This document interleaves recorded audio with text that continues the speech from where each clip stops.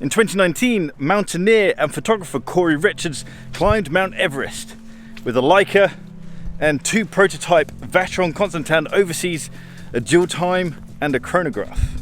Now, unfortunately, because of COVID restrictions, I can't go to Everest, but I'm in Scotland. That's a mountain. This is as far as I'm going to go up.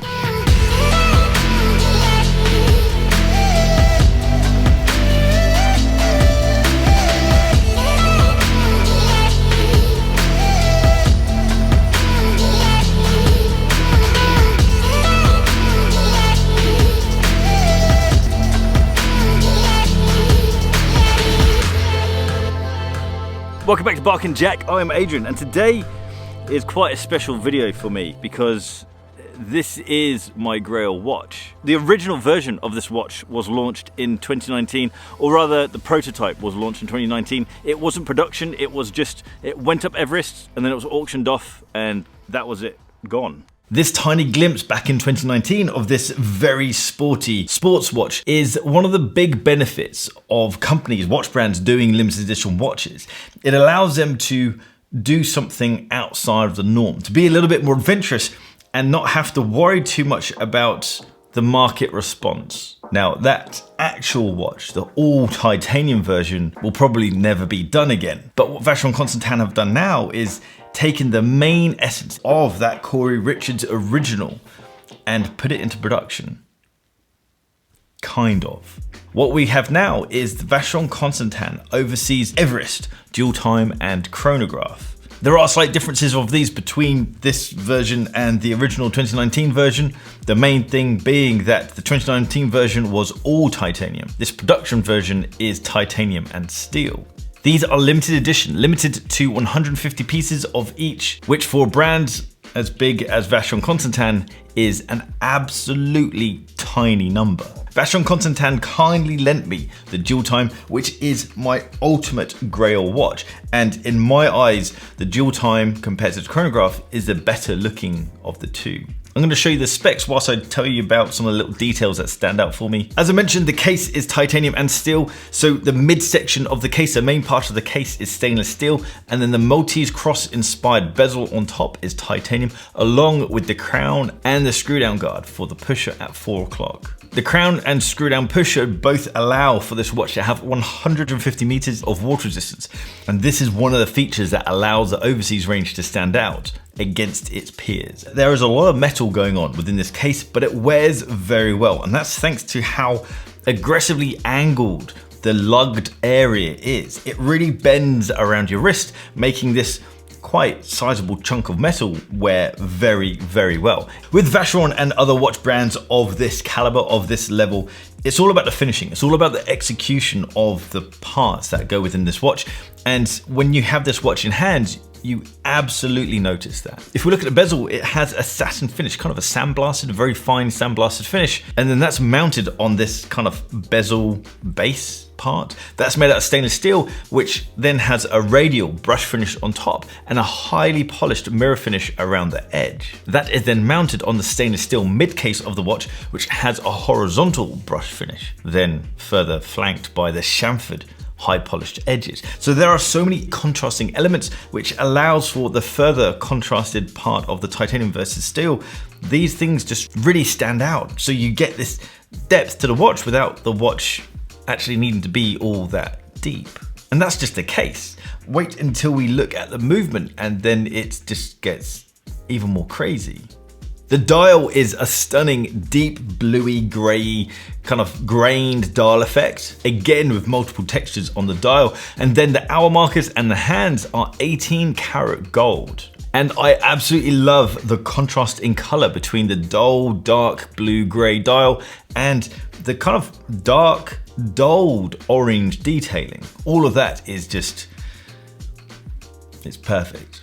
Function wise, we have a center seconds, the hours and minutes. Obviously down at 6 o'clock, the sub dial is showing the date. And then over at 9 o'clock, we have an AM PM indicator that is linked to the orange GMT or second time zone hand. The AM PM indicator does break up this dial and it stops it from being symmetrical. It stops it from having the normal balanced look about it, but I actually really like that. If you think the front is hot, then the movement is just amazing.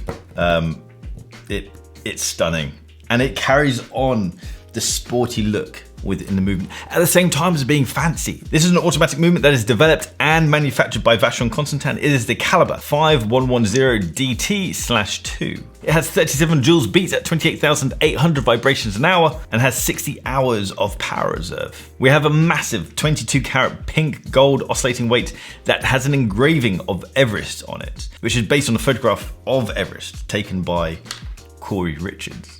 I think as a photographer, that is a pretty cool thing to have. The movement, as you can see, is beautifully finished, but something that really stands out is the color of the movement. This has had an anthracite gray NAC coating, which allows the movement to be the main part of the movement, the plates and bridges of the movement to be a dark, dull gray, which allows then the jewels to pop a bit more, along with the massive 22 karat gold rotor. You control the movement by the main crown, the normal crown, the 3 o'clock crown. That changes the time part of it, both the local time and that home time. You then have the screw down pusher at 4 o'clock. That controls the date function. So you just press it in and it pops along to the next date. It's laid out like this so that if you travel a lot, go across lots of different time zones, it's very easy for you to change the time of your local time. You usually keep the secondary time zone to be your home time, and then you just adjust the hour for the local time. But often you can jump between different time zones and that actually changes the date. So you need to change the date on your watch. So you just have this little push up. Very easy. This is my ultimate Grail watch for 2 simple reasons. 1, it's just stunning. 2, this is a high-end, high horology sports watch that genuinely is a sports watch. The normal overseas range as a whole is very sporty, but this has gone that extra step.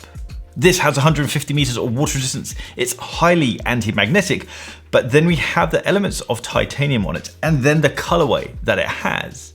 The titanium, the stainless steel, the sporty strap, that dial, that dark blue dial, along with the orange details, all of that together really pushes this to be what feels like a proper sports watch. I would love for this to come on a bracelet, just as part of the package, but at the same time, I like the fact it doesn't. Bracelets aren't all that sporty.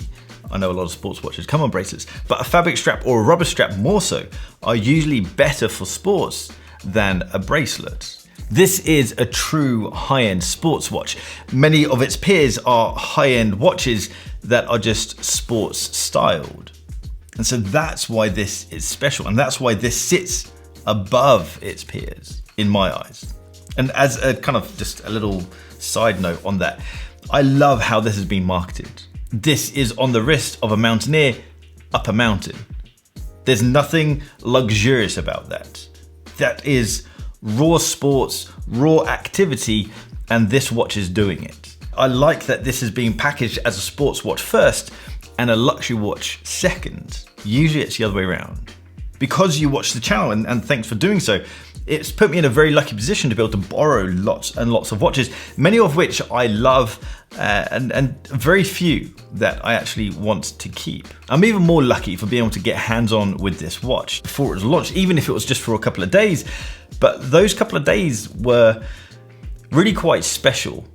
This is my Grail watch, and I've got hands-on with Grail watches before, and they haven't lived up to the hype. This was a completely different experience. This watch feels special. This watch just felt right. It wore beautifully. It felt beautiful. It felt special, but it also felt nicely different at the same time. There was something nicely interesting about the watch at the same time as just looking cool. And I feel like this suits me. I feel like it suits my collection. So I asked my wife if I could buy this watch. She didn't respond, but that's not a no. I think the harder part, rather than getting the permission from the wife, is to actually find one of these. 150 watches, this good looking. They've probably all gone already. I probably should have just kept this, claimed it on insurance, given them the money. That would have been theft and insurance fraud. But I'd have a pretty cool watch. A big thanks to Vacheron for letting me get hands on with this watch. You killed it. But a big criticism. is that you should have launched this as part of your main offering. And that's mainly just because I want it. So guys, what do you think of the Vacheron Constantin Overseas Dual Time Limited Edition? This is the worst part of my job, is getting hands-on with watches that I fall in love with and have to give them back. Guys, if you like this video, hit that thumbs up button. If you like the style of this video, hit the subscribe button down there and that little bell icon so you get notifications when I drop a new video. If you want to check out watch straps or watch accessories, jump over to barkandjack.com. And if you're on Instagram, give me a follow at barkandjack. I'll see you guys next time. Take care.